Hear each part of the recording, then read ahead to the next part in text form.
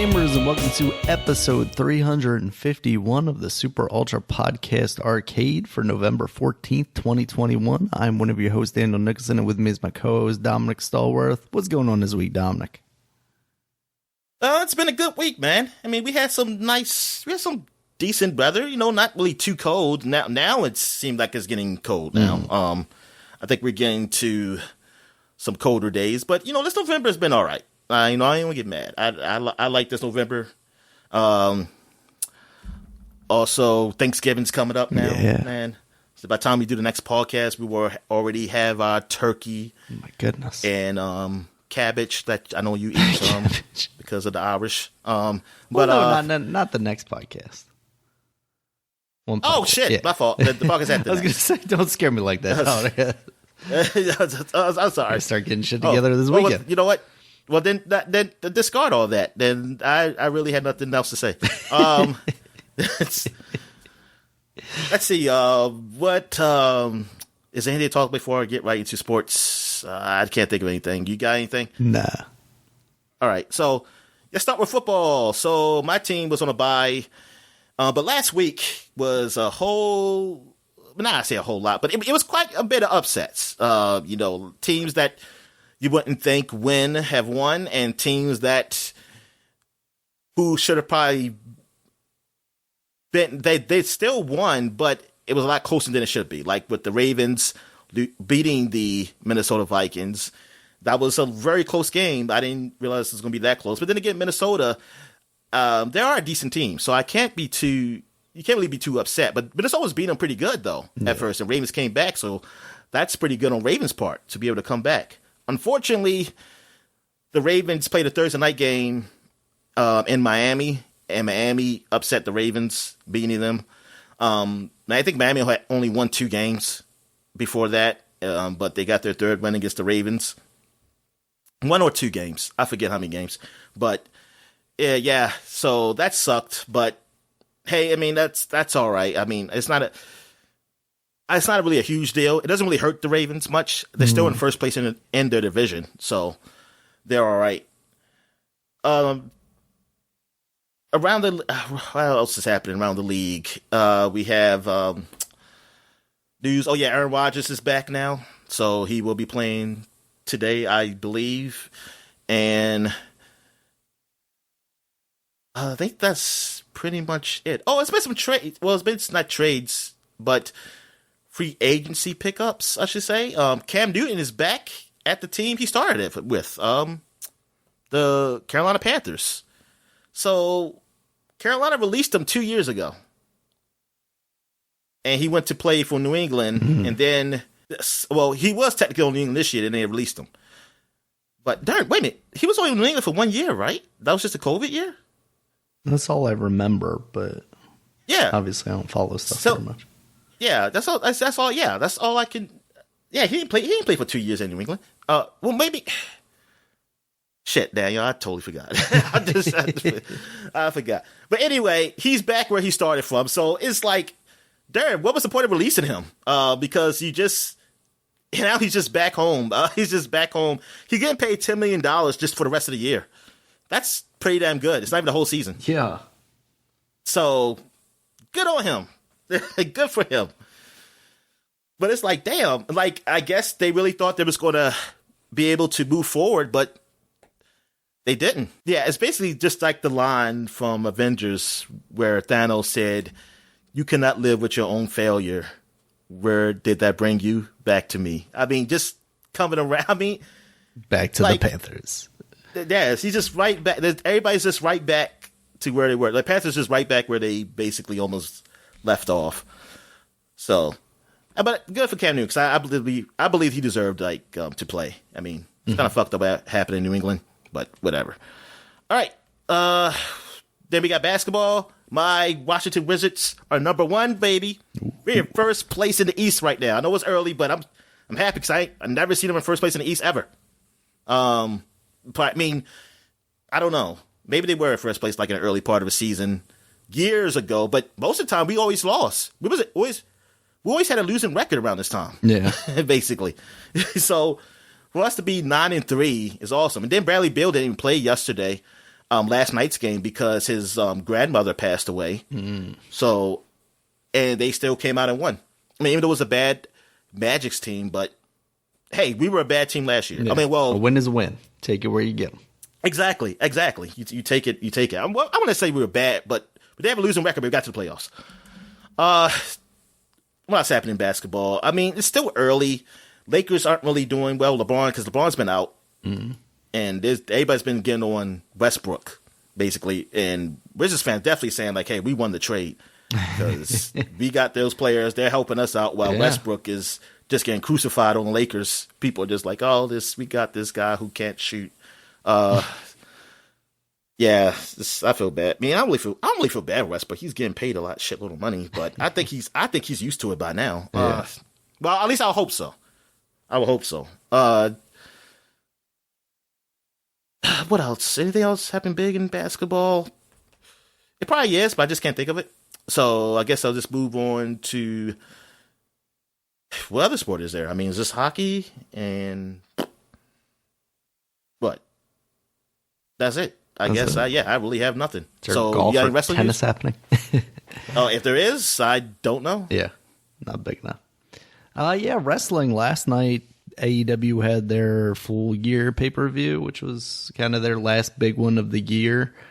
And it culminated the story of Adam Hangman Page coming back and defeating Kenny Omega for the world title. And it was just as satisfying as it felt like it needed to be over these past 2 years that they've been building it up. You know, they started out as friends in like the elite part of that group, and then Page kind of moved away from them, and at one point they were tag team champions together, and then they fell apart, and then Kenny became this like super heel, champion guy, and now you got this like super babyface Adam Page coming back and winning this title. It was a nice moment, and in addition to that, just like the whole show was just full of great wrestling. So overall, very satisfied with that show last night. So doing good stuff. WWE, there's stuff happening over there, I think. I don't really follow it much anymore, Dominic. It's not good. Like, from what I see on Reddit, they're about to do Survivor Series. I don't know if it's next weekend or the following weekend. So they just like randomly announced the teams for the Survivor Series, which is like 5 men, 5 women, for each of the matches. And just on social media randomly, like last Saturday or something like that. And then this week, it was basically like, well, now we're going to have these 2 people who were in that match fight each other. And if one of them loses, or when one of them loses, they're going to get kicked out and we're going to replace them with somebody else. It's just like, what was the point of even doing that then? You could have just had qualifying matches like you've always done in the past. But it's so bad. And with them constantly releasing people, it's very much to the point where I was very much like, I want to see this person go to WWE because I want to see them compete with the best people in wrestling. And that's not the case anymore. I want to see everybody go to AEW.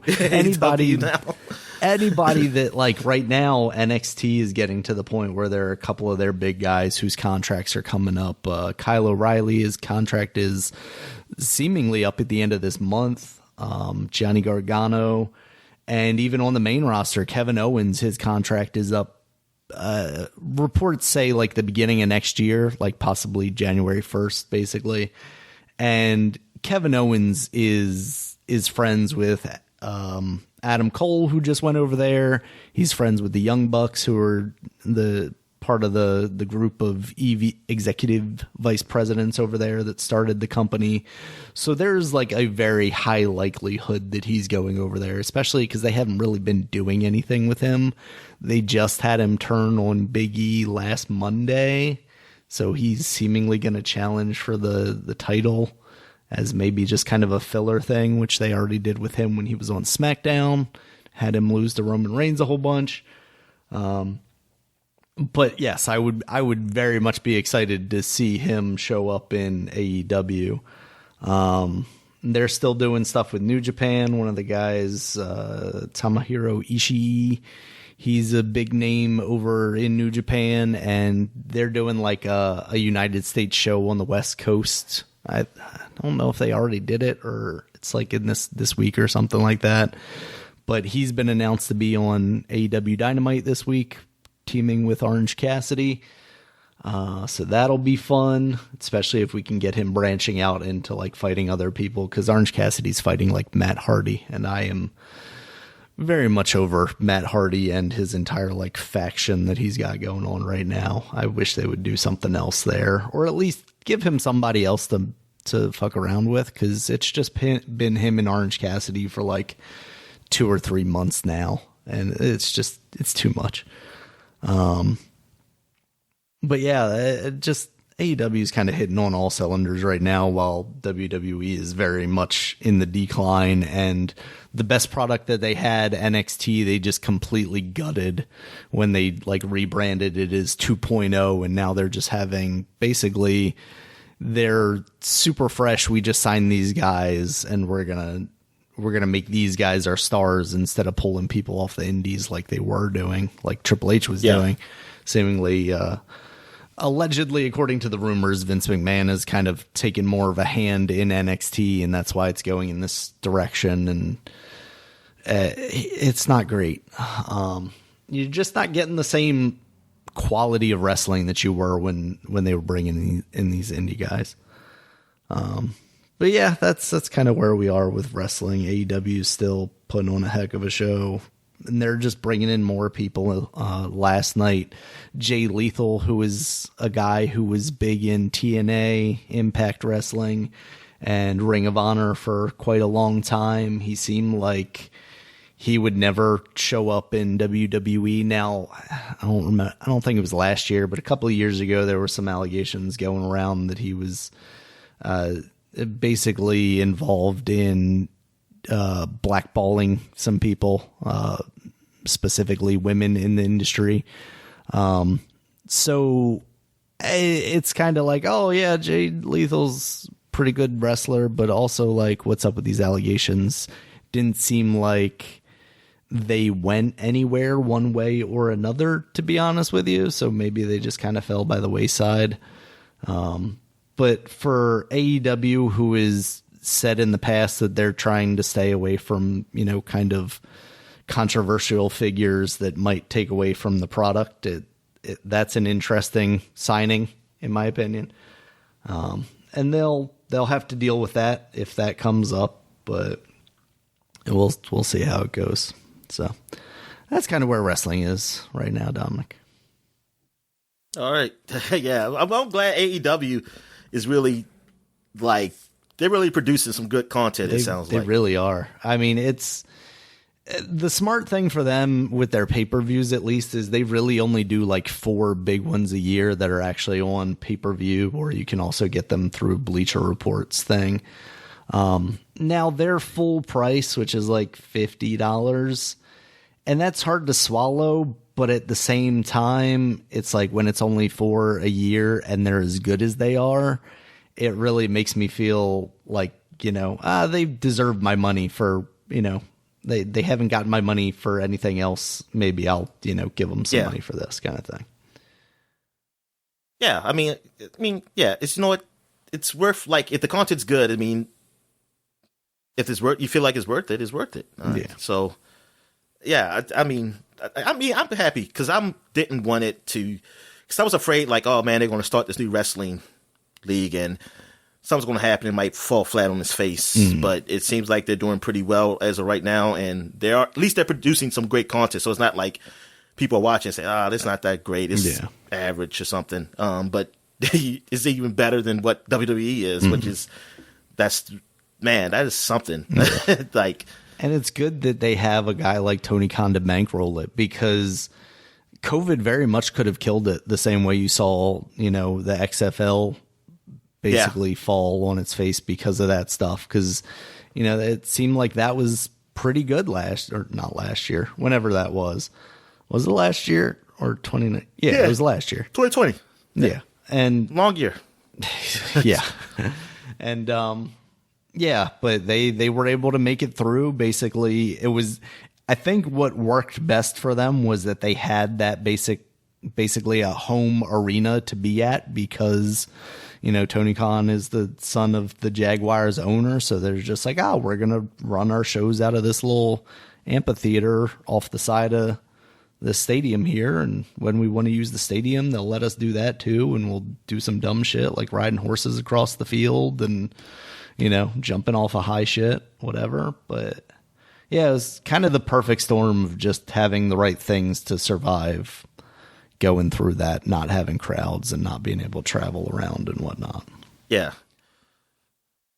So AEW, like, how do they travel? Like, they travel just like WWE? Yeah, they've been doing that same thing now that they're back on the road, just going different arenas in each state, kind of traveling around. Have they been here yet?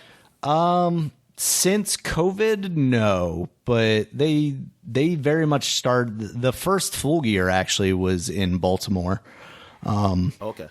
And yeah, I went to that show. That was the one where it was Cody versus Chris Jericho for the title. Oh yeah, I remember. Yeah, that was it's been a couple of years now. I think that was 2 years ago. But yeah, they came through here. I don't know if they came through after that. I want to say they did. And that show I maybe didn't go to because they also did some other thing connected to it. But yeah, just since COVID, I don't think they have come back. They mostly, I want to say it's mostly been in the South and like middle of the country. Like they've done Chicago a couple of times. They were in Minnesota last night. Kind of that area, it seems like. Okay. Yeah. All right. So I guess we'll move on to what we've been watching. So I guess we could talk about Dune. Yeah. But first, you watched Shang-Chi. I didn't watch it yet, so we'll talk about it more next week. Mm-hmm.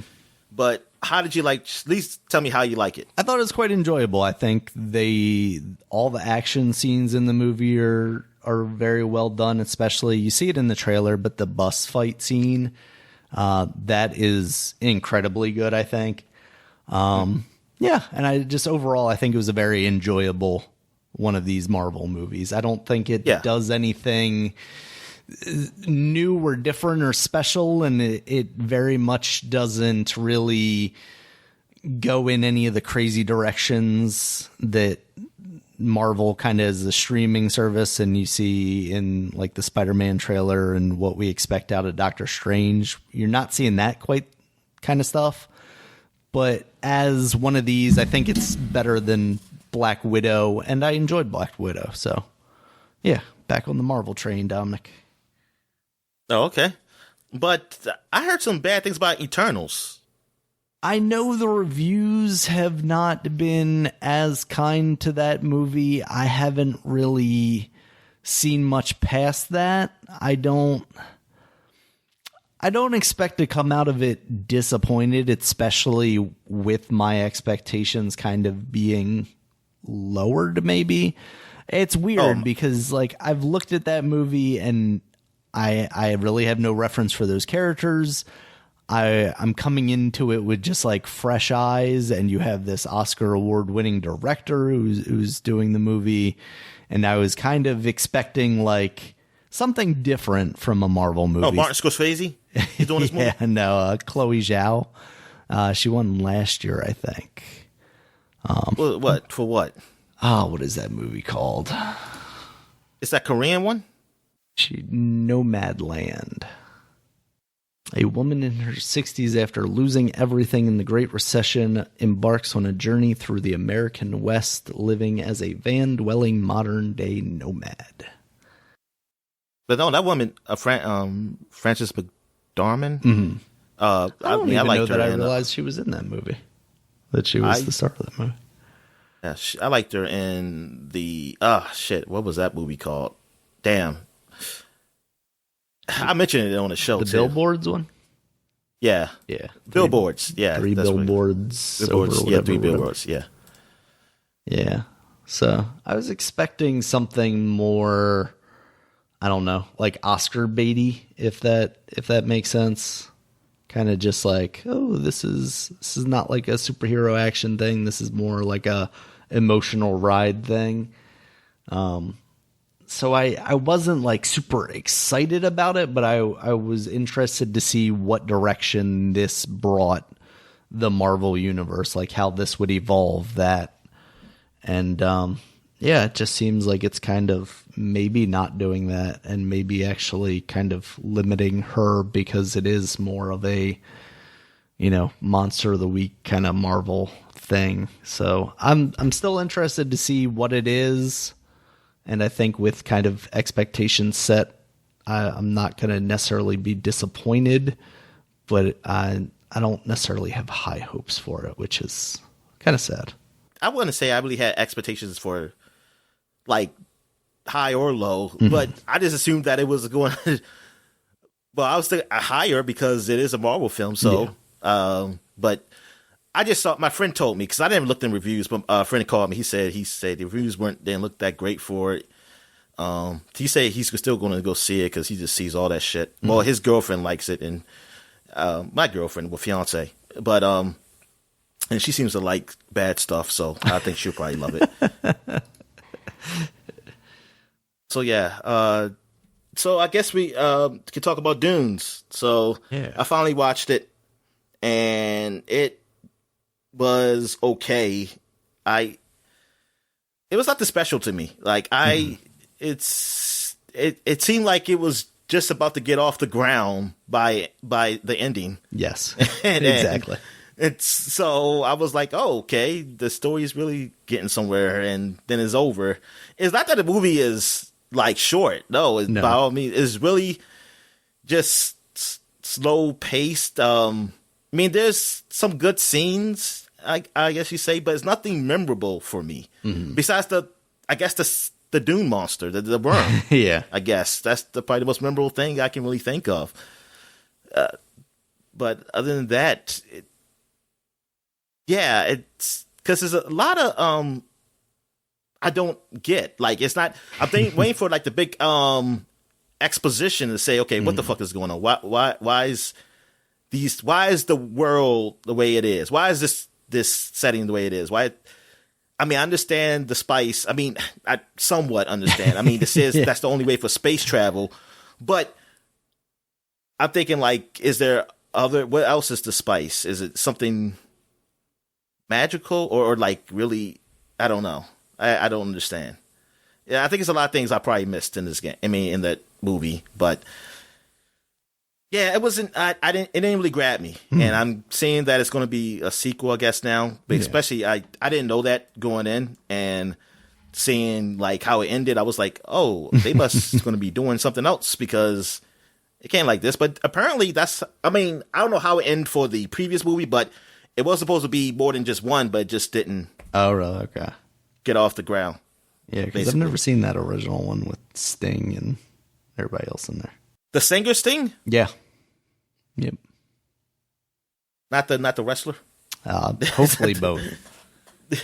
Yeah, no, I mean, that was my thing, is like the beginning of this movie, like literally is that where the song come from? Send it out SOS? Yes. Yeah. It's from that soundtrack. The first literal half of this movie, because that's kind of about where I stopped last week, was what felt like it should have been exposition and set dressing and getting you familiar with all these characters. But I thought it did a bad job of that. It doesn't really give you a lot of context for who these characters are and where they are in the universe. Like, I guess there's like this, what is he, an emperor or whatever that presides over the entire galaxy, and then you have your main character's father, Oscar Isaac. He's the Duke, which I guess he's like one of the high families, and the emperor can just tell them basically what to do or what they're needed for. So they pulled out the one high family who's got Batista in there, and then he sent Oscar Isaacs in there because apparently he wants to fuck him over. Maybe. At least that's what he's come to the determination of. Yeah, like I get the idea, but like none of the characters really resonate with me And it's not until very close to the end of the movie that you do start to develop any sort of feeling for Paul, who's the main character, played by Timothy Chalamet there. So, yeah, I mean... Is that guy anything? Because you just dropped his name. Like, what else he do? Timothy Chalamet, he's kind of like up-and-coming big name. What else has he been in? People talk about him a lot. Really? Because I never heard of him. White people talk about him a lot. Oh, okay. Call Me By Your Name. You just dropped that name, and I'm like, well, what? It's like, who gives a fuck? Yeah. He was in Little Women. He was in Lady Bird. But Call Me By Your Name is the one that I remember people talking about. Oh, yeah. Those are movies I definitely would not watch. I'm not going to watch. Come on, Lady Bird's good. Is that the one I seen? No. What is that? No, I don't know if I seen Lady Bird. Think you did. It was something else I seen where it was a person. It was a woman who left Ireland and to live in New York, like in the old times. Right. I said olden times, like the 1900s. That's called something else. I forgot. But Lady Bird, I think I looked up Lady Bird, and it wasn't about FDR's wife. It also is not about Hank Hill's dog, so yeah. Less interested. Timothy Chalamet is also playing Willy Wonka in the upcoming young Willy Wonka movie. Oh, okay. Because that's a thing that we needed. Yeah, we do. I mean, we got that. We had a Wizard of Oz movie, the prequel. Yeah, I still haven't seen that movie. Oh, that movie's got to be canceled now. Because of James Franco? Yeah. Yep. It's fine. And I already bad. forgot it existed. I was joking. Wait a minute. Was that Disney? Was that Disney? Was it Disney or was it... No, I think that's Warner Brothers. Okay. Because I want to say that, is that on any Over the Rainbow, whatever. Wizard of Oz is a Warner Brothers movie. Yeah, I mean... But you can still do it based off the book, right? Or they have the rights to that? That's a good question. Let's see. I'm looking it up here. No, you're right. Yeah, that was a Walt Disney picture. Directed by Sam Raimi. I forgot that too. Hey, is that on Disney Plus? They probably don't ever put it up there if it's not. Disney Plus is such a weird thing. Like... movies that I would expect to be on there because they are Disney movies aren't on there for some reason because they're like too adult or something. It's weird. Let's see. No, but you can buy it on all the places like YouTube and Google Play. Doesn't look like it's on. Buy it. Yeah. Doesn't look like it's streaming anywhere. It's Pretty Woman. Pretty Woman was like a Disney movie. I mean, and they say Disney. I think it was like the subsidiary, like Miramax or something, maybe. Yeah. That should be on Disney Plus. I highly doubt that one is. I mean, thing is, it's actually, even though she played as a whore, a prostitute. It's very wholesome. Yeah, it's a very wholesome movie. That feels like one of those things, and that's, I guess, why they keep like the Hulu brand around, because they're like, we'll put our more adult kind of things on Hulu. All right. So I guess that's it for what we've been watching. I'm trying to think. Did I watch anything else? No. You still haven't watched Injustice yet? Yeah, I haven't finished it. I'm about halfway through. All right. So I guess maybe next week we'll get to it. And Team Superman all the way. Yeah. We'll get to what we've been playing. So I guess you can start since you played one game. Yeah. So I played some Forza Horizon 5. I was playing that last night. I played it over the streaming service because my computer is just like not willing to install anything through the Game Pass app right now. So I'm finally committed to actually like doing a clean Windows install and hopefully getting my PC back running the way I would like it to. I think I'm going to go Windows 11 with it just because like it's run fine on my laptop so far, and it's not, I don't care too much if it as long as it doesn't just completely shit the bed, I'm fine with it just being whatever. Yeah. But yeah, streaming, there were a couple of moments, and you'll probably see it in the footage I recorded, where It definitely hitched up for a second, and next thing I know, I'm like into the wall, or like there's one moment where I literally just like fly off a bridge because I'm trying to avoid a car, and it just like I was holding down left and it wasn't moving, so I held down left more, and I just like go careening off. But overall, it was a pretty good experience with the streaming stuff to the PC. I was doing it like through the web browser thing. It looked good. It ran fine. That's kind of where I'm at with this, though, is like it doesn't feel like it's doing that much different from one of the previous ones. Now, like the last one was London, so it was kind of like not really a kind of tropical environment. But we've definitely had those in the past. And this just kind of feels like more of that. Like, you get like the new Bronco in there. You kind of start off with that because that's one of their like showcase vehicles. But it's just, to me, it's another car to drive. And so far, I'm having a good time with it. I'm enjoying what I'm doing. But it just feels like more of the same mostly. You're doing the same kind of spectacle things. Like I raced the plane, like a cargo plane this time, where in the past I've raced a hot air balloon and a prop plane kind of thing. So they're still doing that. You race a train or something at some point. Yeah, it's still a fun environment to drive around in, but I'm not like blown away by it right now. So what are your thoughts, Dominic? I mean, I only played a little bit of it too, like the intro part, and I think of one race. And yeah, I mean, I feel the same as you. It's like, it feels like I'm just in another environment in 4 or something like that. Like, just in a new environment, but which is fine for me, really. I mean, no, and that's the thing. I agree. It's completely fine. I think maybe I just expected a little more this time because of how big this launch has actually been. It seems like people are reporting that it's like the biggest Microsoft first party games launch ever, and like it's getting really good scores everywhere, which deservedly so. Like those games have been very good every time they've released since the first Horizon even. But it just feels like it's not doing anything new. So it's not like, oh, why are you guys praising this one any more than you've praised any of them in the past? In the past, yeah, I see what you're saying. Yeah. You feel like they praised this a whole lot more than the other ones, which is, you know why? Because there's nothing else out. I think that's why. Because those other games came out when there was a lot of other stuff out. That's true. I think that's really that is really the reason why you probably see people like praising it more than any other Horizon. So that makes sense. Yeah, it's no other huge. Well, it's not that there's nothing else out. It's no other huge game out right now. Like, what's the biggest game that's come out recently? I mean, I think for me is Black for Blood. Yeah, but I'm like, that was weeks ago.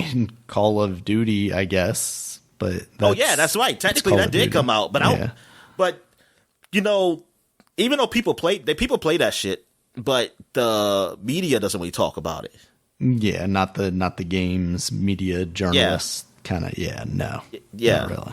They don't talk about it. But I mean, I'm sure it's sold probably great, but I have no idea. I haven't seen it. So yeah, I think that's really the only reason. I mean, because what other next gen games has really been out? Like, and this is not even next gen really, but I mean, I'm just saying, like, there isn't even a next gen game you can even say like, hey, we should be talking about this right now. Not until Halo comes out are we even really going to have anything. Yeah, we already know Sony doesn't really have anything for this quarter, really, and you know we're already talking about moving on to Elden Ring. Pokemon, Pokemon, Metroid just came out, but even then, it's like that's Nintendo. It's its own kind of thing. Yeah.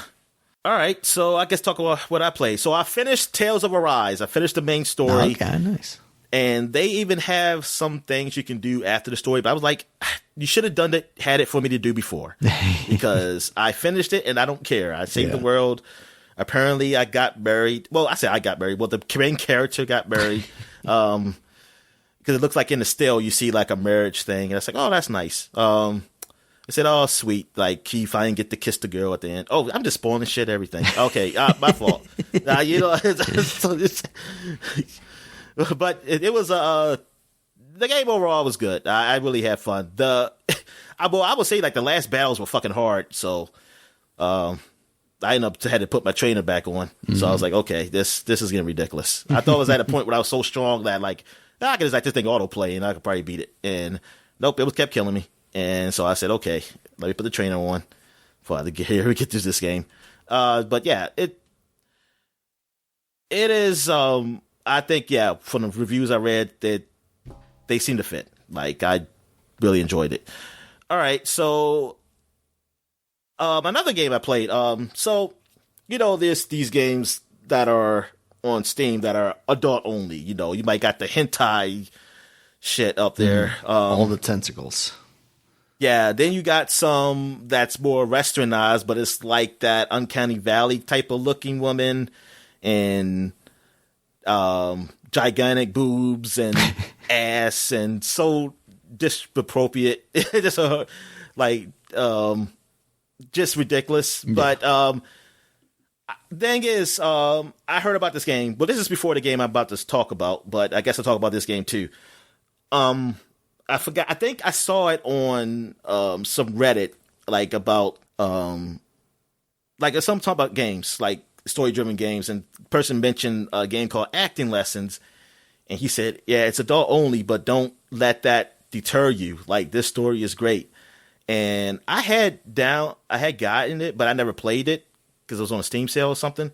But I just I never played it. So, but then I eventually said, let me try it. And I said, if it just gets to be like just a fuck fest or something, I'm just going to stop. Yeah. And it's really not. I mean, you can choose to it's not really a lot of people you can choose to actually fuck in a game or anything, but it's not that. It is very lewd though. I mean, it has, when it is the sex act is very lewd. Like you'll see everything, like penetration, all that shit. I'm not really into that. But the story was real good. Like it was a really emotional story, involving you and the characters in there. And I was surprised. I was like, "Wow, this is actually a cool game." If they just take out the nudity, or at least the penetration stuff, this could be just on anything else. I mean, we've seen nudity stuff on like Rockstar games and Mass Effect and things of that nature. Even Assassin's Creed. So it's like, it's not. I mean, this could be up there. Just that this goes really a step further. So then the guy who made that game, went and made this game called Being a Dick, and it's DIK because it's like a fraternity that stands for, I guess, Delta something something. It's so this is like a clever thing they say. They say they're the dicks. So it's like it's a college type of game. And thing is, I was thinking like, oh, maybe he just go full blown on like this is like a sex game.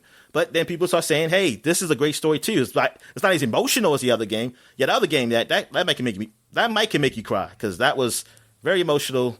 When it gets to the acting lessons, which I was surprised, and I was like, man, if this game was made to be jerk off on, there must be some sick people who do that, who are like this for that reason. But Being a Dick is more lighthearted than that. I bought the fourth season. Yeah, it's good. I mean, it's like, it reminds me of Bully, really. Just that it's in the college scene. And thing is these are more like visual novels. I forgot to mention. They're like more like visual novels, but to the point of, it's like a Telltale game without a whole lot of the movement parts. It's just basically you do and making the choices. But it's a little animation, but not much. They're mostly still, but it's and especially this animation doing the sex stuff, but I usually skip through that part. But I mean, because you could just quickly just hit like continue on or whatever. Mm-hmm.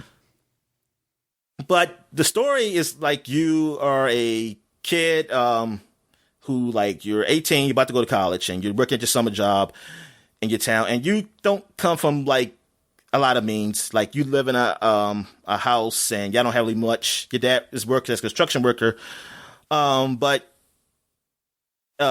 I seen the house is like, oh darn, they don't even have a TV or something like that. Which I'm thinking, like, come on, man, everybody's got a TV. You can't be that poor. You know what I mean? I mean, Jesus Christ, I know poor, and I fucking can say, like, dude, your dad's a construction worker. Yeah.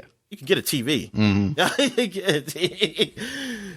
But anyway, see, that's why, that's the thing I'll say bad thing about the writing. Because I think I don't know where this guy, his background is, but that's why I feel like some people who lived very, privileged lives think, okay, yeah, that's poor, and we want to, the person's just a construction worker, and they can afford a lot of things. Which, yes, they probably can't, but they can afford a TV, man. You can't make it like, don't make it like that. Don't make it, that doesn't even make any fucking sense. I mean, TVs are cheap as shit. So TV is life. Yeah, exactly. I mean, that's like, I mean, it's one thing to say you don't have a computer, yo. That's one thing. Yeah. But to say you don't have a TV doesn't make sense. But okay, that's it. My problem. But other than that, but you like this girl and who worked at your job, and then it gets to a point where you find out she likes you, but she says she has a boyfriend, blah, blah, blah. But y'all still felt like getting closer, but thing is, you're about to leave to go to college, and you were mad because, like, oh, I finally got the courage to talk to her, but now I'm about to leave. And then that's when you go to college, and a lot of stuff. This is almost like a American Pie, or just take any early 90s, I'm going to say early 90s, early 2000s, late 90s type of those college flicks, you know, those raunchy, funny college flicks. And that's kind of how this game is, but you're just controlling a player in it. But it doesn't, crazy things happen, but also very serious and emotional things happen too. Like, this story is written very well, that it's not all just one thing. It's not just like, like, this is just, we're just doing it, like, showing a bunch of lewd stuff. Like, you're just fucking girls and all the time. Nah, you have to do other things. You have to, like, you got classes. You also have to, like, you make choices that can really affect the outcome. Like, it's different choices you can make that can affect the outcome of the story.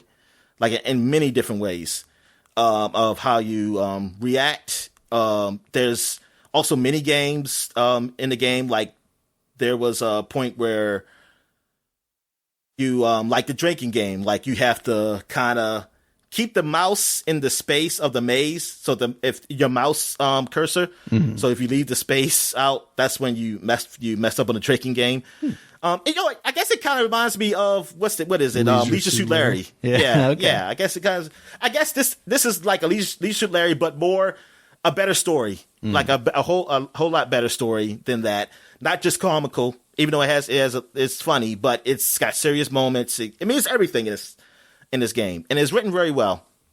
To you point, like, you care for the characters that you meet, and unfortunately for me, which I might do the playthrough, because I think I was going it's going to hit the fan soon, because I'm messing with a lot of women apparently, but because I have this this mod that, because I wanted to cheat with the money, because you get money in this game, and you can spend it on different things. All depends what you want to use it on. But I'm like, I just want to buy everything. Or, like, if I need the money, like, say it's like you go on a date with somebody, or you need to pay for something, I'll have it. So I was like, I want that cheat. But then I found, like, it's a cheat where they have it where they can help you with the best answers to choose from with your choices. So I was like, oh, okay, I'll use this mod then. Thing is, it does give you some things are like the right answer that you probably want to do, but most of the time it's really just trying to get you to the best sex scene or something like that. So I didn't realize that at first. I was just thinking, like, this is the best choice to make right now, so I can get a decent ending. But the game's not officially finished, really, so I guess you don't really know, but I guess a decent ending to what's been out so far. So I was like, okay, for season 1, I said, okay, I'm just going to keep choosing these choices. But then I was like, damn, man, this is the best choices, and I'm just like a man whore. I mean, but technically nobody's serious. Like, none of these people are serious, but still, I was thinking, like, I was going to just focus on one pathway or whatever. But then I realized, oh no, this is just find the best sex scene. So I was like, oh man, now I'm going to probably get to a point in the story where people are going to get upset. Like, hey, you've been around these people, or you did this thing. And I was like, oh man. So So I might have to do one where I'm good. It also has a system like Mass Effect where, depending on how you react to situations or what you say, you will either be a dick, which is, I guess, equivalent to like a renegade, or a chick, which is equivalent to a paragon, which I'm like, why you gotta be a chick? I gotta be a chick if I'm I'm a good guy, but whatever. Right. Yeah. And then you give it, just like Mass Effect, you have abilities to use certain lines to say to people based on what your affinity is. So yeah, this game is deep, and even in the later episodes, even though season two is not out yet, but I looked up to see they have 3 episodes that are actually out on the web on this Patreon site. You can play them. So if you want to continue it, you could just go ahead and just, I guess, do whatever you need to do to play those games on this Patreon site. But season 2 is not officially out yet. It's going to be coming out soon. I know episode 8 is coming out 18th. And then I guess eventually he's going to make that to season 2, like 4 episodes each for each season. Mm-hmm. So I just played 4 episodes, but I read like the things that might happen in other episodes because I was curious. And so, I mean, some of these choices might backfire on me or maybe not. I have no idea. But there is a game, this is a game system where like something happens to your fraternity and you have to like rebuild it, but they have it's like a strategy system where you have to set the frat brothers, like where they work at in the house, like what do they fix, and how how many will be in that location to fix that location. You spread them out, or then you have to also manage them working, because to get money for you can be able to fix. So like you have to manage them to go to like maybe like do some work, like somebody needs their basement cleaned. You send somebody over there to do it, or somebody needs like the lawnmower, their lawn mowed. So you send somebody else or a couple of people to do it. And yeah, so I was like, darn, man, this guy, he's really putting a lot of mechanics in this type of game. Like this game is really, it's the bigger high production value than I thought, because even the music is licensed. They has licensed music, and very much like that, white dude college kind of prep music, like college music. Mm. That kind of reminds me of what I heard all the time in the late 90s, early 2000s. But the original music is good too. Like I like the tunes he has there, and yeah, man, it's like I really like it. I mean, I'm not like I said, I'm not into the sex stuff. I mean, if you're into it, hey, do you, man, whatever. But then it's an added bonus. Yeah, that's basically, I guess. But other than that, like the game itself, I mean, if you like story-driven games, and if you like, someone like the Telltale series, like making choices, or those games of that ilk of like, hey, I like having different paths and making a choice and seeing what the consequences are going to be. Like, this game is done very well. And from what I read, like people who do like those type of adult games, this is probably the best one. Like as far as those games, and I can see why. But yeah, and yeah, I guess I'll be playing that. I mean, whenever season 2 comes out, but that probably won't be till maybe next month. I don't know. And it seems like he's still continuing on from that. So the game is not official. Well, technically the game is done. Well, season 1 and 2 are about to be done. Well, season 1 is done. So I'm guessing if you're trying to get like, the whole story, I don't know when that's going to be done. Yeah. And I don't know how many people is working on this game, so it could take a while, because I think this game started last year during COVID. Okay. So I don't know if it's like, hey, can you make it faster? Because, well, then again, he probably was just home, or I don't know how he works, Yeah. It probably didn't matter. COVID probably didn't matter to him. Like, you don't know. So, yeah. And, yeah, that's all I've been playing, really, this week. Mm-hmm. So, I guess we'll take a quick break. And we'll get back. Oh, yeah, so, obviously, I'm not going to have no video of this game because of... See, now, I could edit it, though. Yeah. Because I could edit it and, like, not show that part. But I didn't even bother. I didn't even bother to record. I didn't even think about that, too. I just thought like, oh, I'm not going to show this game. This game is adult only. But then I realized, oh, I can just edit out the sex stuff. But I'm just scared I'm going to miss it. I'm going to miss Instead of something. editing it out, Dominic, I would love if you could just blur it. Just put nice little censorship bars over everything. Oh, yeah. I can. Yeah. I mean, I can do that. Yeah, because I do have the tools to do that. But I don't know if I even feel like going through all that. I mean, that would be a honestly. lot. But I just love the idea of like this podcast, and then there's just blurry vaginas everywhere. Yeah, exactly. Yeah, that's the thing with these games, man. They show everything. Like it's for me, it's weird because I don't really see that, Right. except for like still art. I might have seen on the internet, and then I'll be like, oh god, okay. But yeah, it's like wow, that wherever floats your boat. All right. So yeah, I guess we'll take a quick break. When we get back, we get to the flashback segment. All right. And we're back. And then we're flashbacking to 10 years ago in November.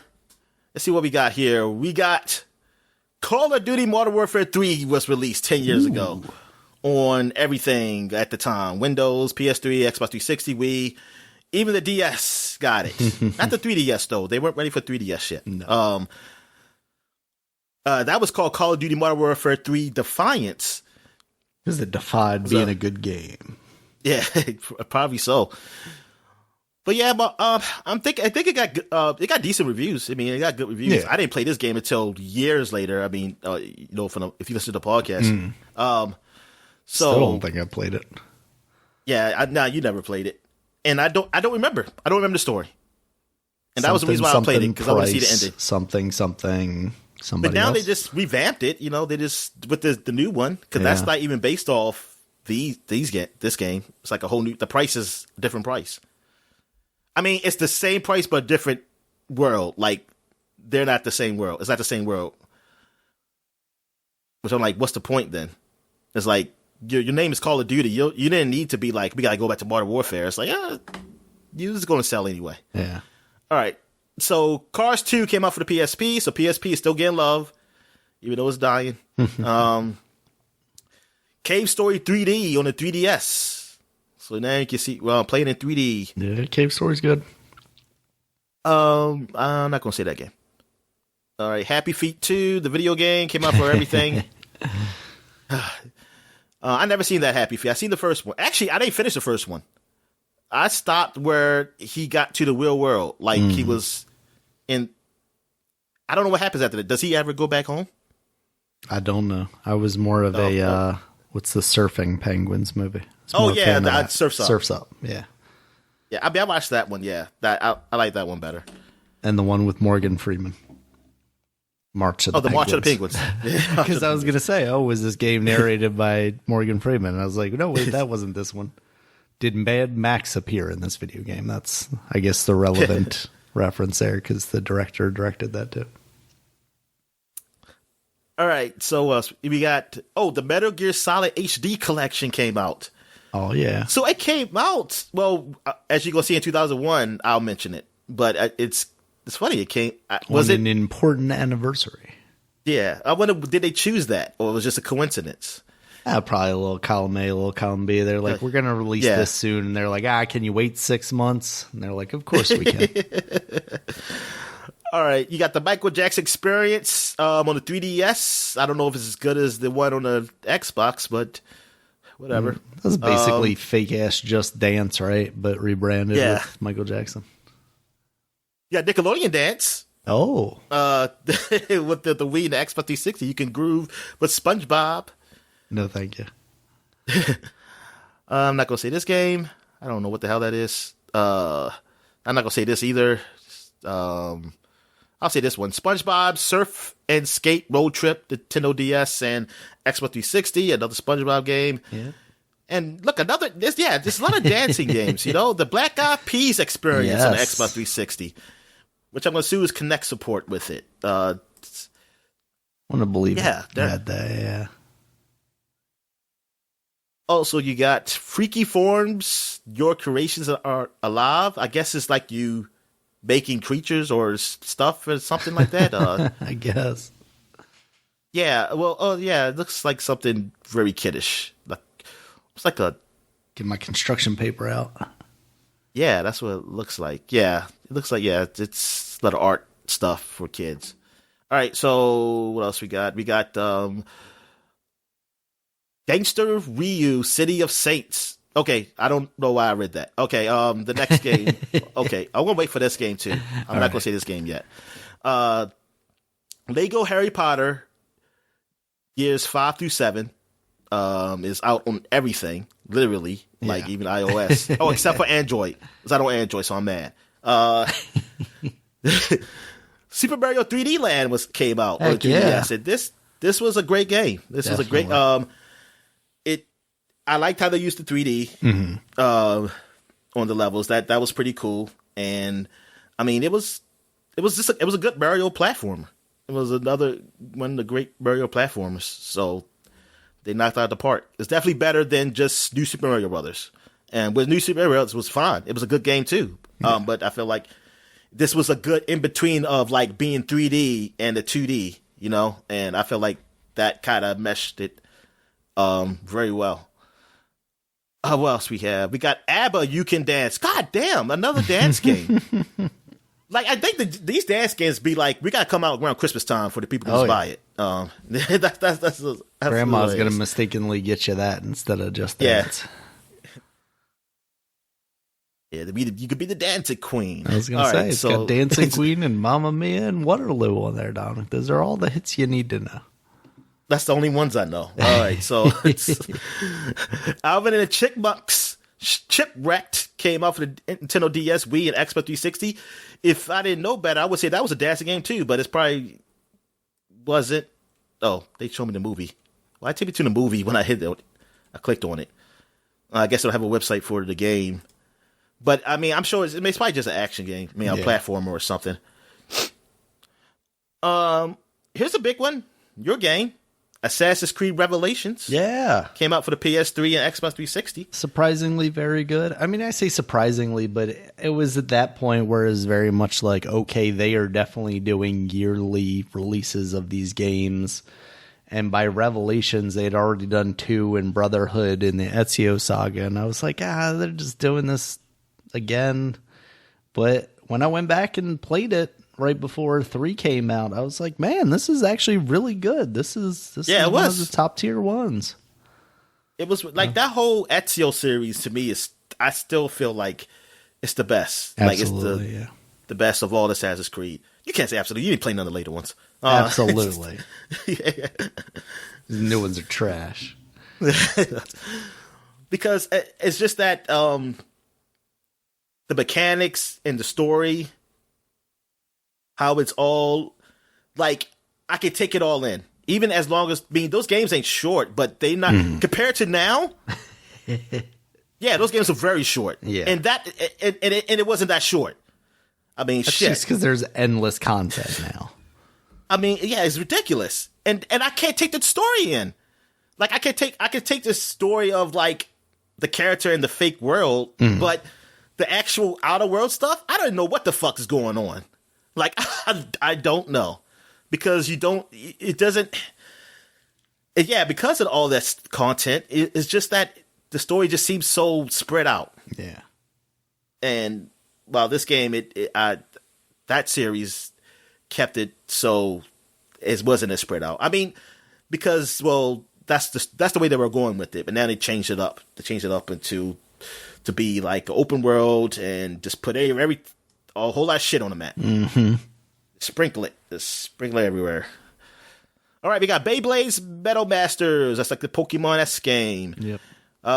You got Burger Time World Tour on PS3. Ooh. I'm guessing that's just like the arcade game? Yeah, it's probably like an upgraded version of that, I'm sure. Yeah, I played that at the Bar Arcade when I went down to North Carolina, Burger Time, because I was thinking like, hey, this is like the Bob's Burgers game, like in the episode. They should get that branding on there. But no, the Bob's Burger is more like a Mario type of like Burger Man thing, which I actually would like to play that. All right, so Carnival Island for the PS3 came out. Yeah, well, this is a different one. I don't remember this cover. I thought it was a man. Yeah, I clicked on it to see because I was thinking Carnival Games. Yeah, but But the thing is, I guess maybe this is another. Is it the same people that did it? No? I don't think it is. Oh, it isn't? Oh. I don't think so. I shouldn't even mention it then. All right, so... it had move support on it. Come on. Oh, yeah, okay. Big, important game. And also that guy looks like vaguely like the other guy because he has a striped shirt and a mustache, but also it's definitely not him. It's not him, no. The other guy was closer to the Pringles guy. Yep. Or the Monopoly guy. Cartoon Network, Punch Time Explosion. This is the Cartoon Network's, I guess... is their Smash Brothers? Smash Brothers, yeah. It got a Metacritic for the 3DS 58. Oh, there you go. Yeah. I didn't even see it for the other ones, other systems. Maybe they're better. Probably not. All right, Dynasty Warriors 7 Extreme Legends came out for the Windows and PS3, and I played that game, and I like it. Fossil Fighters Champions, another Pokemon-esque game, Nintendo DS. This is big. Halo Combat Evolved Anniversary game came out for Xbox 360. This is when they had redone the game to look closer to modern graphics, and it looked great. I liked it. I liked the look, and I liked that you could just switch back and forward. Mm-hmm. That was cool. Between the old view and the new one, and it's like, wow, that is neat. And I remember I playing with my friend. One time I was just playing an old version for too long and some shit. It's like, oh shit, I forgot to change my filter back. But that was cool. And it's another game. Here's another game that I actually liked, but a lot of people didn't. I mean, it got bad reviews, but I enjoyed it. Jurassic Park the game, the Telltale game, which came on Windows, PS3, and Xbox 360. I understand. I mean, actually, I don't understand why people didn't like it. I mean, I can understand if you're just not into that genre, right. But I think like, why did they like Back to the Future but not this game? I think Back to the Future is better than this game. Maybe the story wasn't good to people. I don't know. I mean, I just like making the choices. I mean, I like Jurassic Park, and I mean, I was expecting like a great story either, honestly. So I think maybe my expectations was just minimum, that I was just fine with it, with this type of game. And you still got to see dinosaurs. Exactly. So I was like, hey, it's a Telltale game. It's dinosaurs. I mean, I like Sam and Max. This is all before, Walking Dead. I like Sam and Max. I like Back to the Future. What else did I play of Telltale? Was there anything else? I don't think I ever played. Yeah, I think those were the only games I played. But yeah, I was like, hey, why not the Jurassic Park game? I mean, and it was all right. I mean, it was okay. All right. So, but last but not least, a huge game came out this week.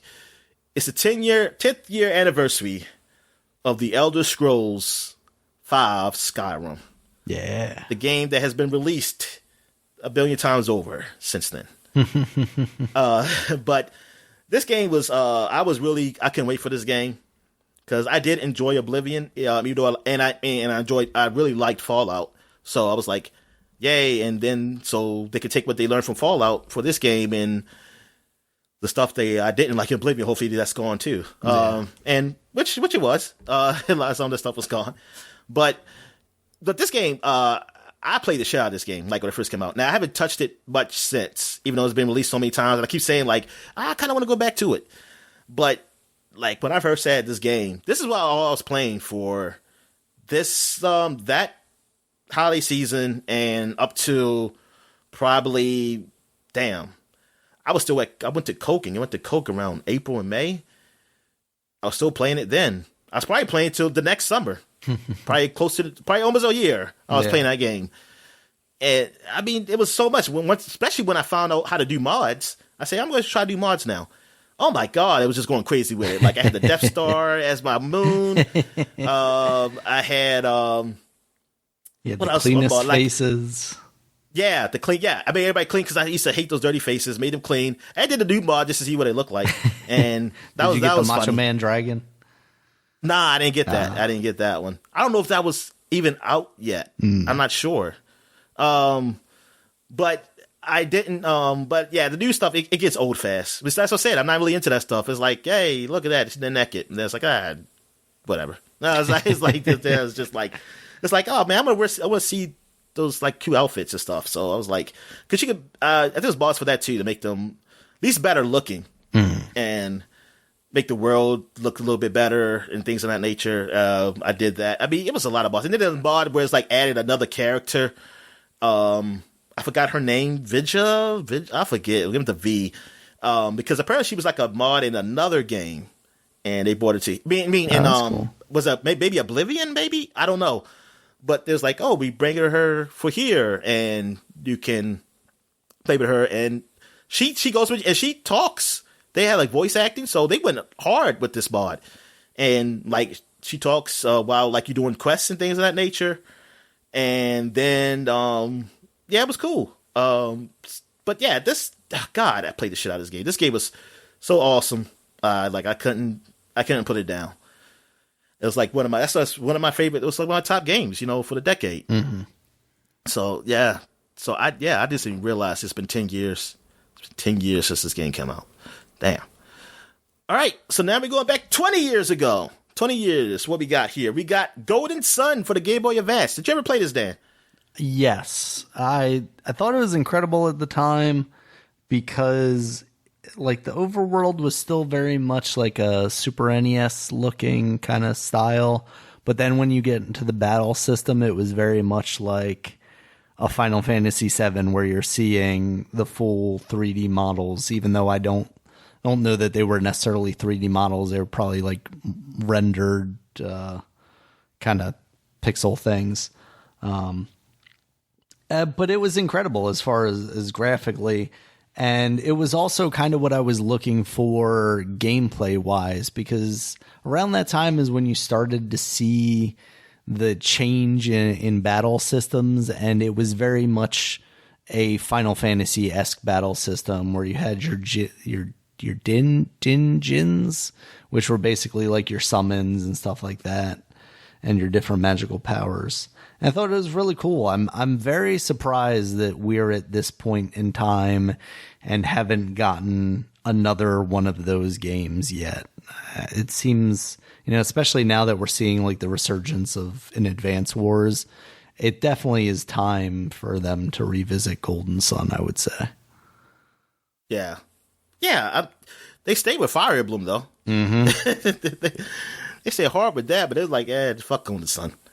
Yeah. Oh, but you know what? I didn't let you talk about Skyrim because you played it some, didn't you? I mean, that's kind of the thing is I never really did. I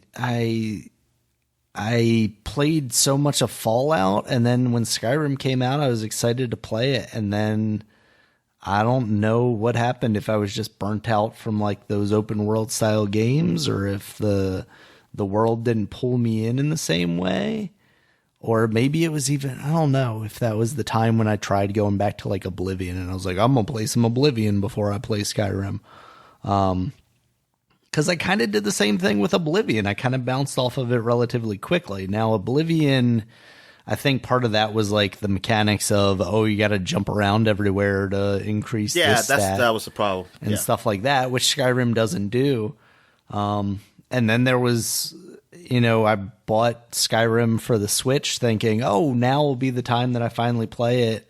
And then I kind of was like, this isn't really where, it feels more suited to sitting at a computer playing it, or even in front of a TV instead of just handheld mode, which is how I spend most of my time with my Switch.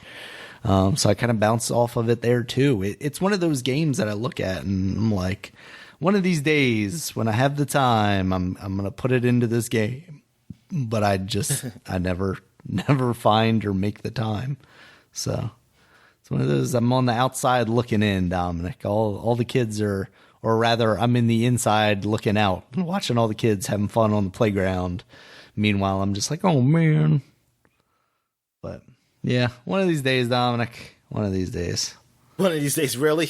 Now? I mean, they keep re-releasing it, Dominic, so, they're giving me it's all the opportunities. Yeah, it's going to be a lot better version, yeah. It's going to be like, this is the 8K version exactly. of Skyrim. All right, so where am I at? I'm still in 2001. Back 2001 is, I should say. Empire Earth for Windows came out. I'm going to say this is a strategy game because I have no idea what this is. It definitely sounds. It definitely looks like it. Looked like an Age of Empire game. Yeah, sure does. But I don't think they're the same company. Nope, they should sue them just to have Empire in the title. The reception is that this is the first in the series. Was well received by critics, averaging 82% overall. They had an Empire 2 and everything. It averaged almost that same score. That, Dominic. Rick Goodman, who designed Empire Earth and Empire's Dawn of Modern World, was one of the lead designers of Age of Empires. Oh, so that's what it is. Maybe he had a falling out. Sense. Something like that. Somebody took his lunch at lunchtime and he said, fuck it. I'm getting start my own game company. Getting out of here. Yep. All right. Let me see where we at. We got Gradius Advance, which is just, I guess, the Gradius game. Yeah. Yeah. I like being there. Fun. I always get to a stage where I just can't win. I just get killed. All right, Survivor, the video game, came out for the Windows. Oh, yo, yeah. Seems like one of those games that would come in a cereal box. It really does. I just wonder what you do. Like, what do you fight snakes or something in this game? It's probably like that porn game you were talking about earlier, except with less porn. Yeah, okay. It's just... All right. You got 007, Agent Under Fire. Came out 20 years ago. My friend had this game. I remember. I don't know if he liked it or not. I know I didn't. Yeah. But I don't know if he did. I think he just said it was okay. Is this like one of the first ones that came out from EA? I think it was, because I remember it's like, they don't have Pierce Brosnan on the front. Yeah. Like, they just have a shadow. But that's definitely Pierce Brosnan's shadow. Exactly. He should sue somebody. I'll wait for this game. Well, no. Well, I can say this game and the next one. All right. Cubics. Robots for Everyone. Racing Robots. Came up for the Game Boy Color. I feel like I know what Cubics is. I feel like that was a TV show. That was like, that came out around the same time. Yeah. On WB. But whatever. Yep. I don't know about WB, but it's definitely one of those shows that's like early, really bad CG. Yeah, I think it was WB though. I remember the commercial. Okay. And Fox wasn't really doing cartoons like that anymore. Right, yeah. All right, what we got? Harvest Moon 3 came out for the Game Boy Color. All right. I wonder how this got rated. I mean, it seemed like to have like a Harvest Moon on a handheld. Like that just feels like that type of game. Yeah, those were always where I liked playing them. IGN gave it that one a 70. Yeah, that's all I see on there too. I was like, what's Metacritic? Nobody else wanted to review it? All right. And what else we got? We got Shrek. The game came out. Oh boy. What else we have here? Midnight Club Street Racing came out for the Game Boy Advance. Ooh. NASCAR Thunder 2002 came out for the Xbox version came out. Oh, well, okay, I shouldn't have said that because Xbox officially didn't really come out. I'm not going to say none of these games until the Xbox comes out, which I'm going to forget them. I'm not going to remember them too because they were back, in the weeks, but whatever. Star Wars Galactic Battlegrounds came out for the Windows, which is a Star Wars strategy game. Mm-hmm. And then you have the Final Cut, which is a Albert Hitchcock type of game. What was the story? I said that the guy was making a movie in his backyard, and thing is, something happened, and his production crew disappeared, and now he's trying to find them.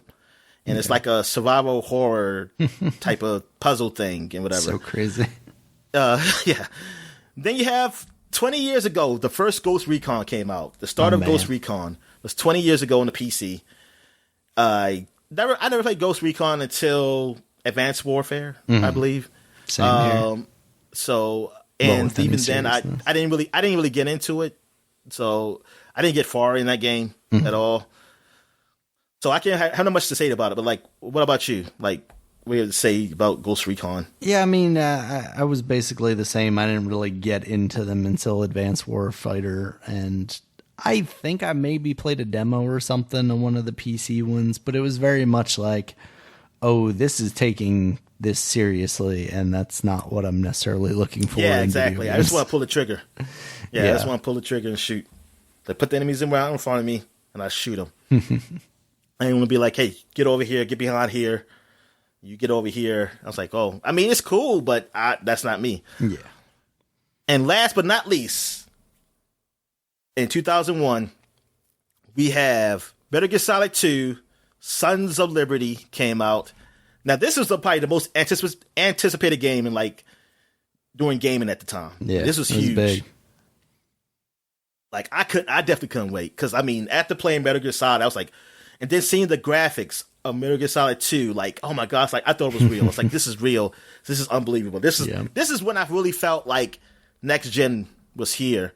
Was when Madden Football did it the previous year, but this was like took it to another level. Because you're talking about seeing reflections and shit. Mm-hmm. I ain't seen no reflections like that.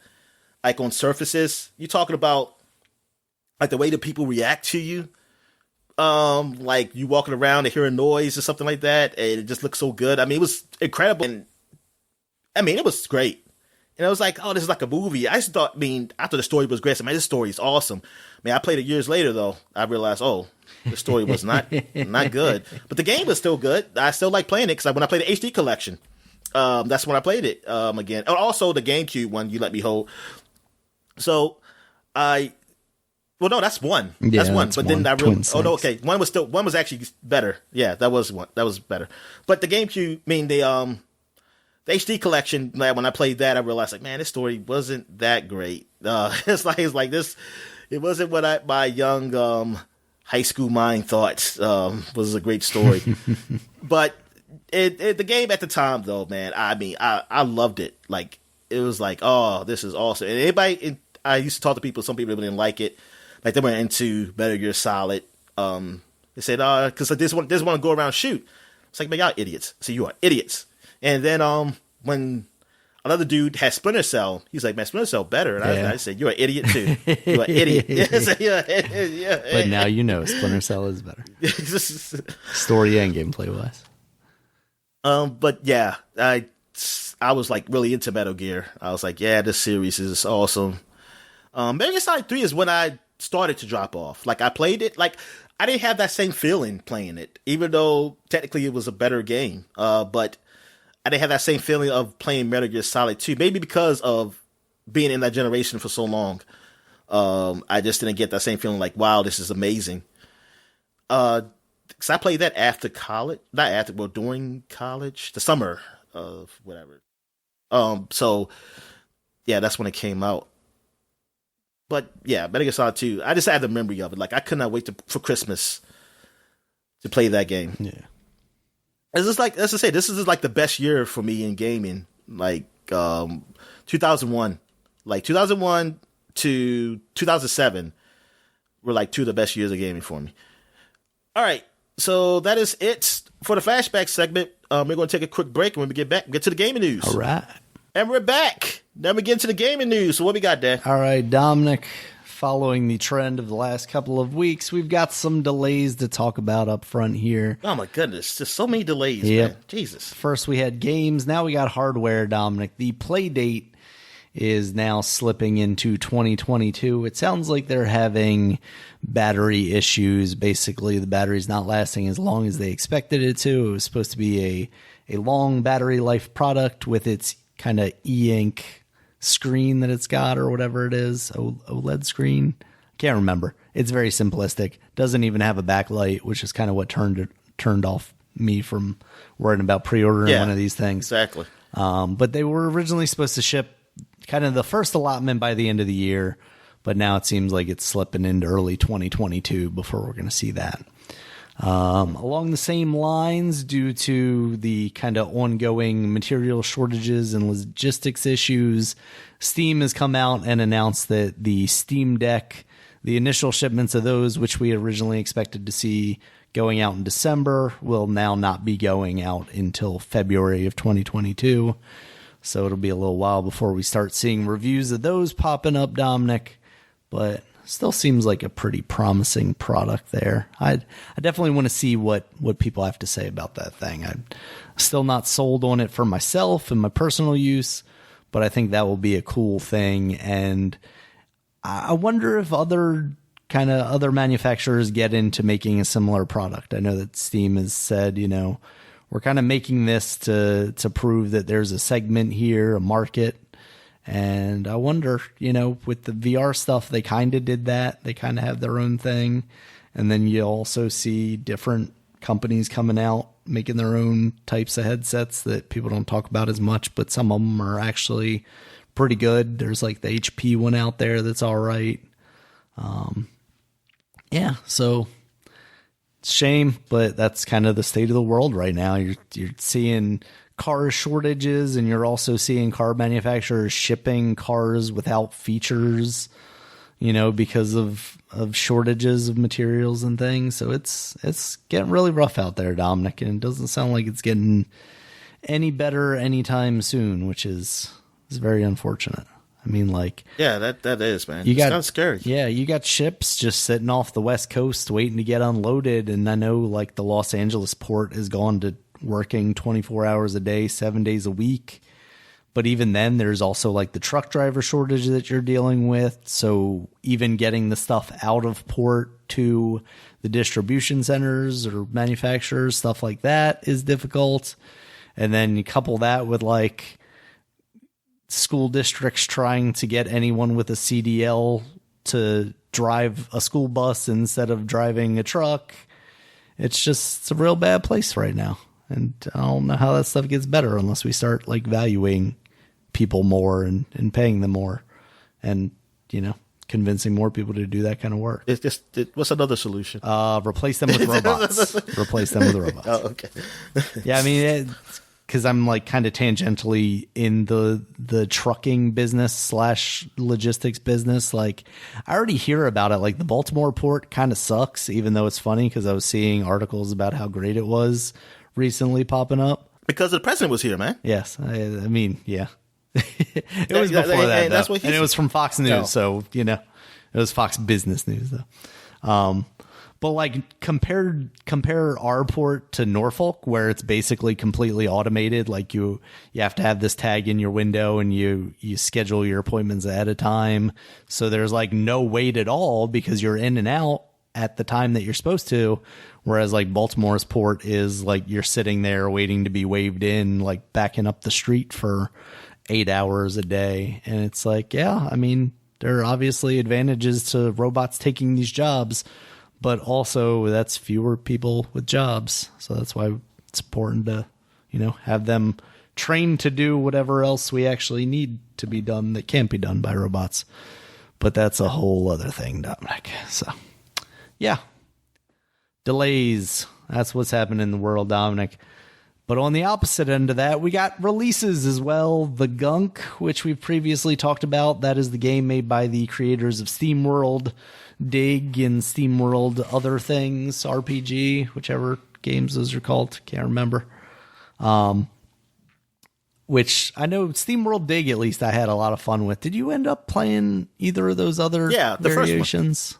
Oh, the variations. Nah, yeah, I never did. And stuff.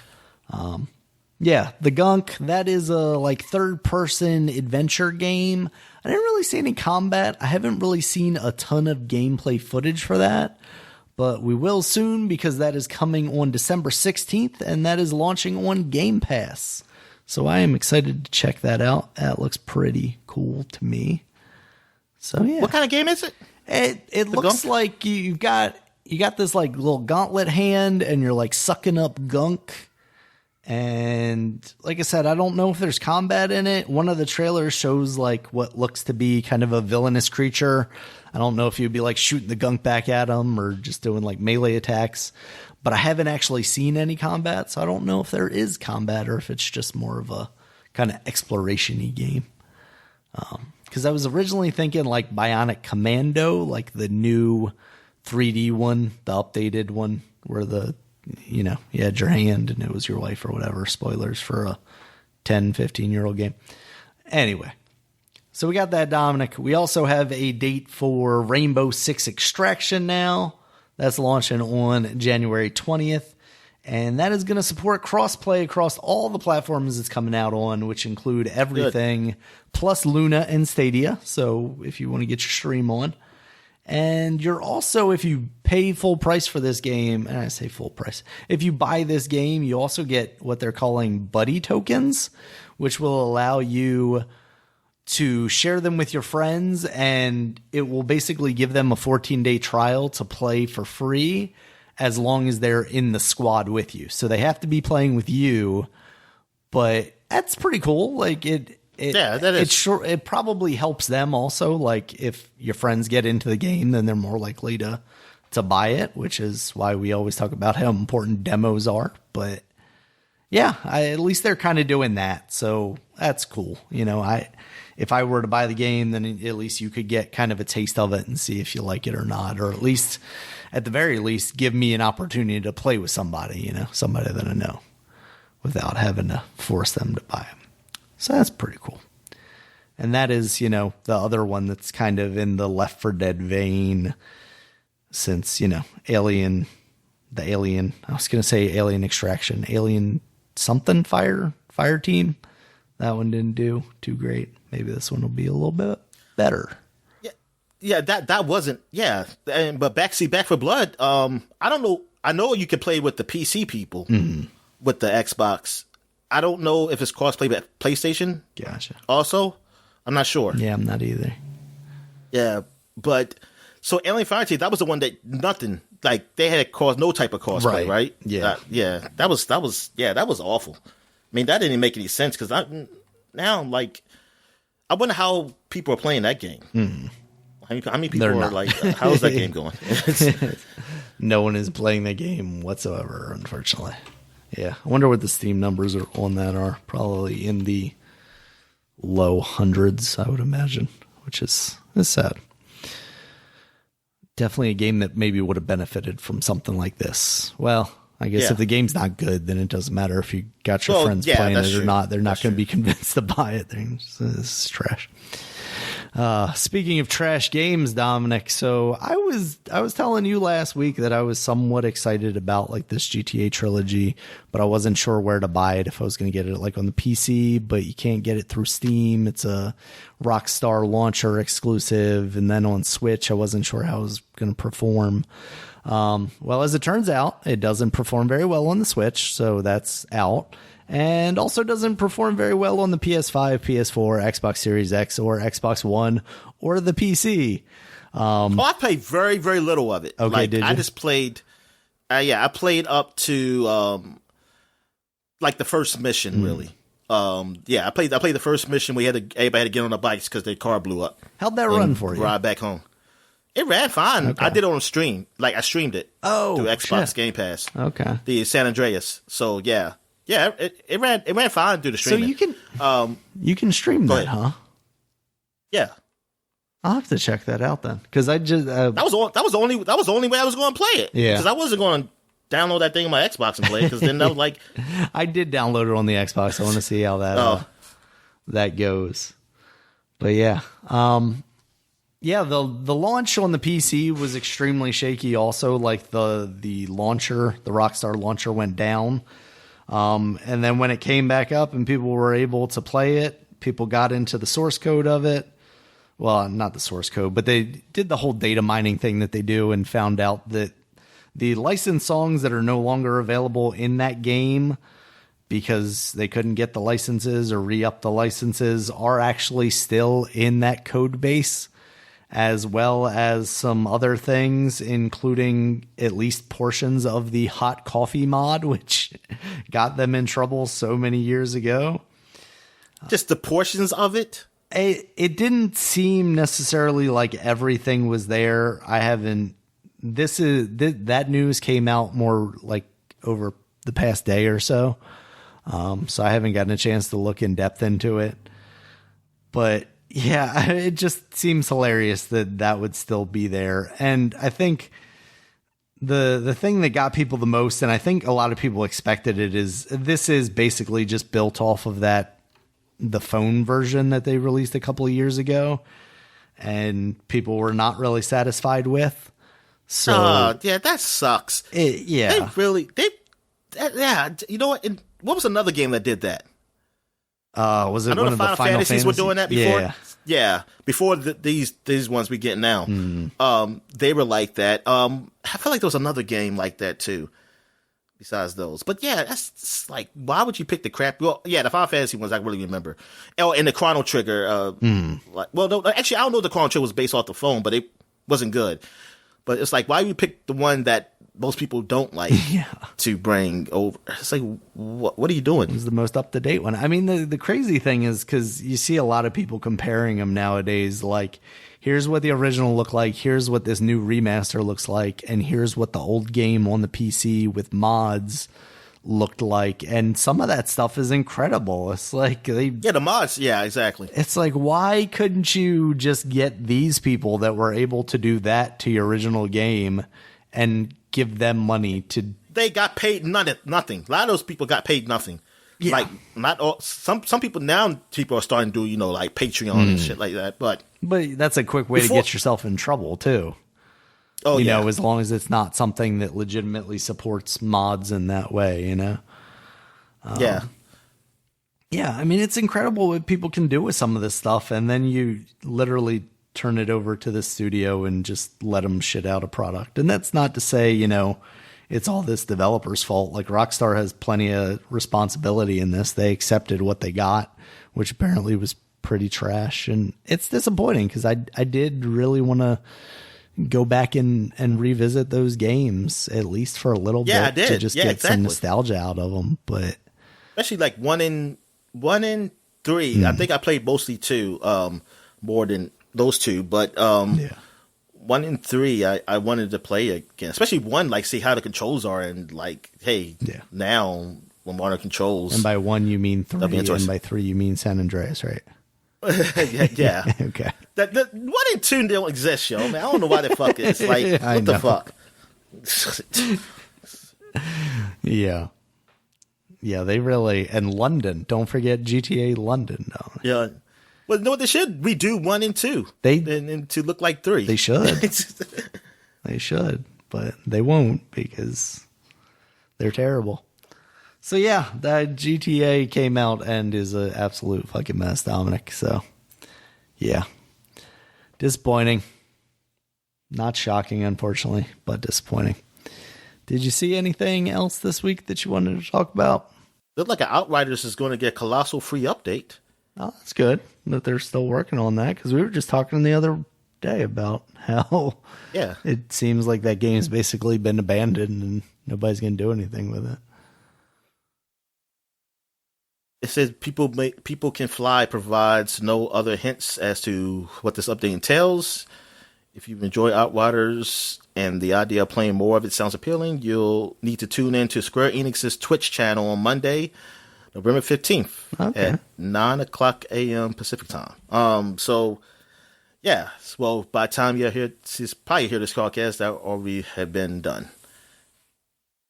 And you'll be disappointed because nothing came of it. Yeah. Twitch is on Switch now. Oh, really? Yeah, I guess that's good. I mean, what's more convenient, watching on the Switch or your phone? Yeah. I guess it's definitely. But I guess you could use your phone. I guess you could use, because hey, I can text now. I can easily text and while I watch Twitch on my Switch. Twitch on my Switch. But it says on the go, but it's like, well, unless you got the Wi-Fi if I tether it to my phone or something, or like you tethering to your phone too, it's not really on the go. I mean, maybe someplace you might be that has Wi-Fi, but it's not the same as the phone. Is still more convenient. Mm-hmm.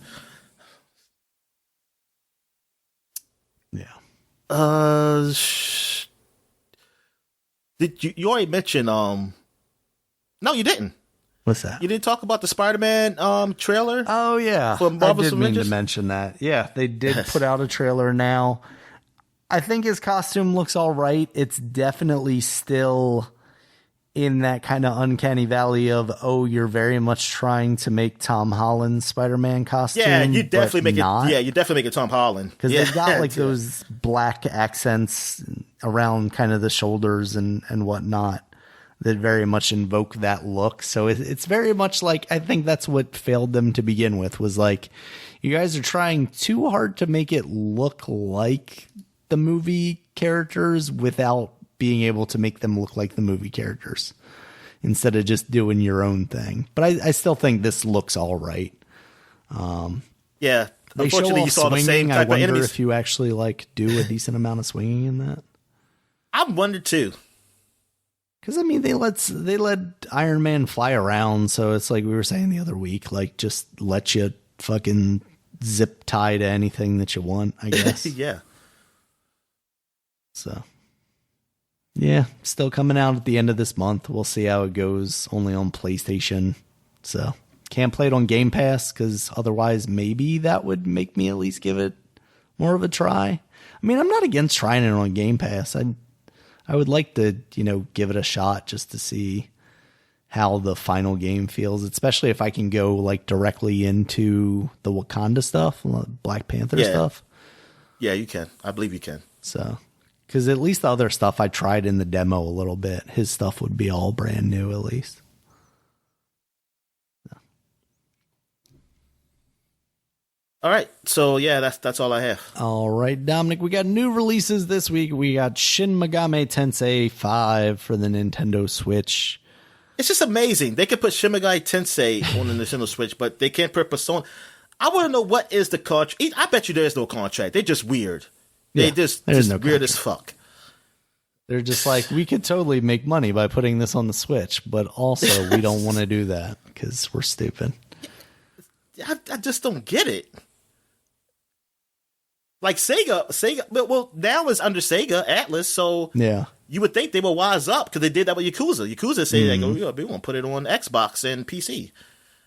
Yeah, I mean, no, they didn't. Though Judgment is not on PC because of what was it? They piracy, I think. Yeah, the basically, first one like was the agency that represents like the actors didn't, or the main actor at least, did not want that game on the PC because they could have did mods and whatnot to basically steal his likeness, I guess. Yeah. So. Yeah. Something weird, like, whatever. Yeah. I would have said, shut up. That's what I said. I would have said, shut up. We put it on PC. Get Persona, over it. did that come out on the Xbox, Persona 5? No. No. Okay. But it very easily could have. And been on Game Pass at this point. So. Yeah. What else we got? Do you think... Okay. Sorry, I was just going to... Do you think that game could run fine on the Switch, or would that have to be a streaming game? I don't know, man. Some games...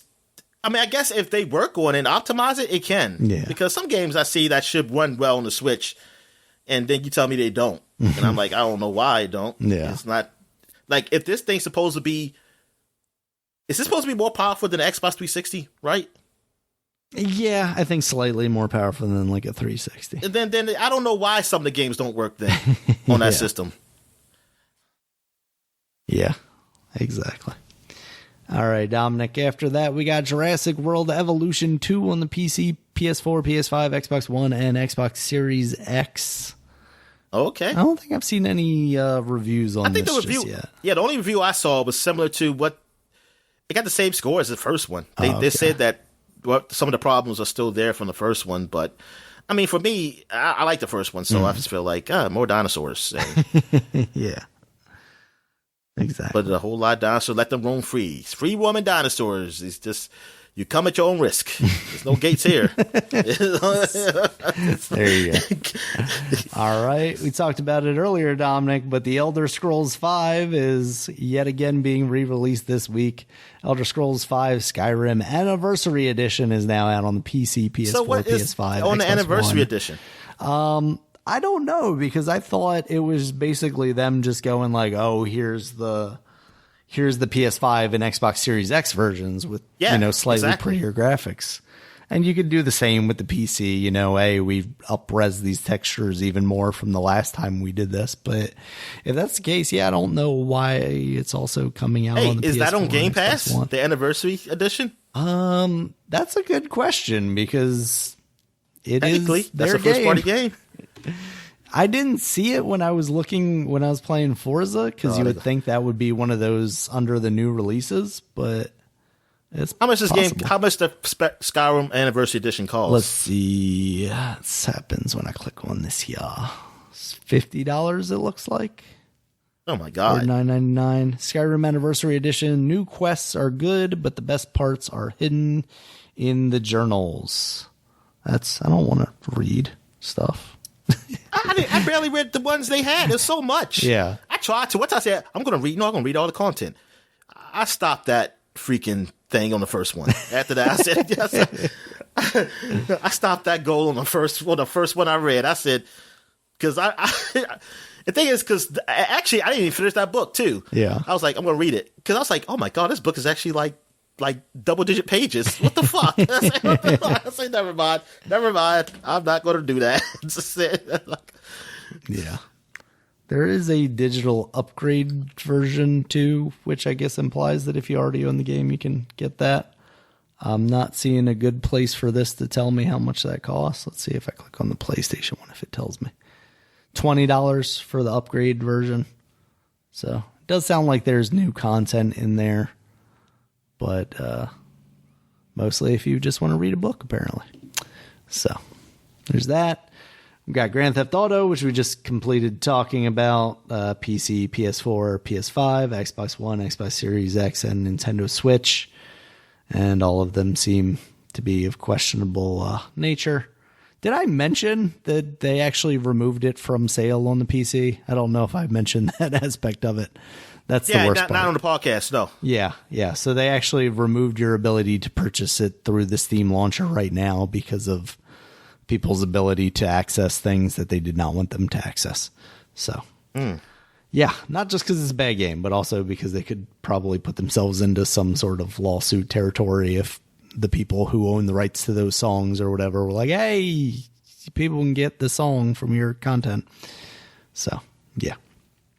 All right, we also have Forza Horizon 5, which we talked about earlier. That's out on PC, Xbox One, and Xbox Series X. That's pretty good so far. We also have Star Wars Knights of the Old Republic, the Nintendo Switch version. That is out now. Did it have like Mario costumes in it or something? I don't think so. I've not seen anything about Mario costumes in there. And we have the Zelda Game & Watch that includes the first two titles as well as the Link's Awakening and alarm clock features and stuff like that. I'd completely forgotten that thing was coming out so soon. I was thinking that was more of a December thing. But yeah, seems all right. I like having Link's Awakening. So that's a thing. So anything else for the week, Dominic? No, I'm good.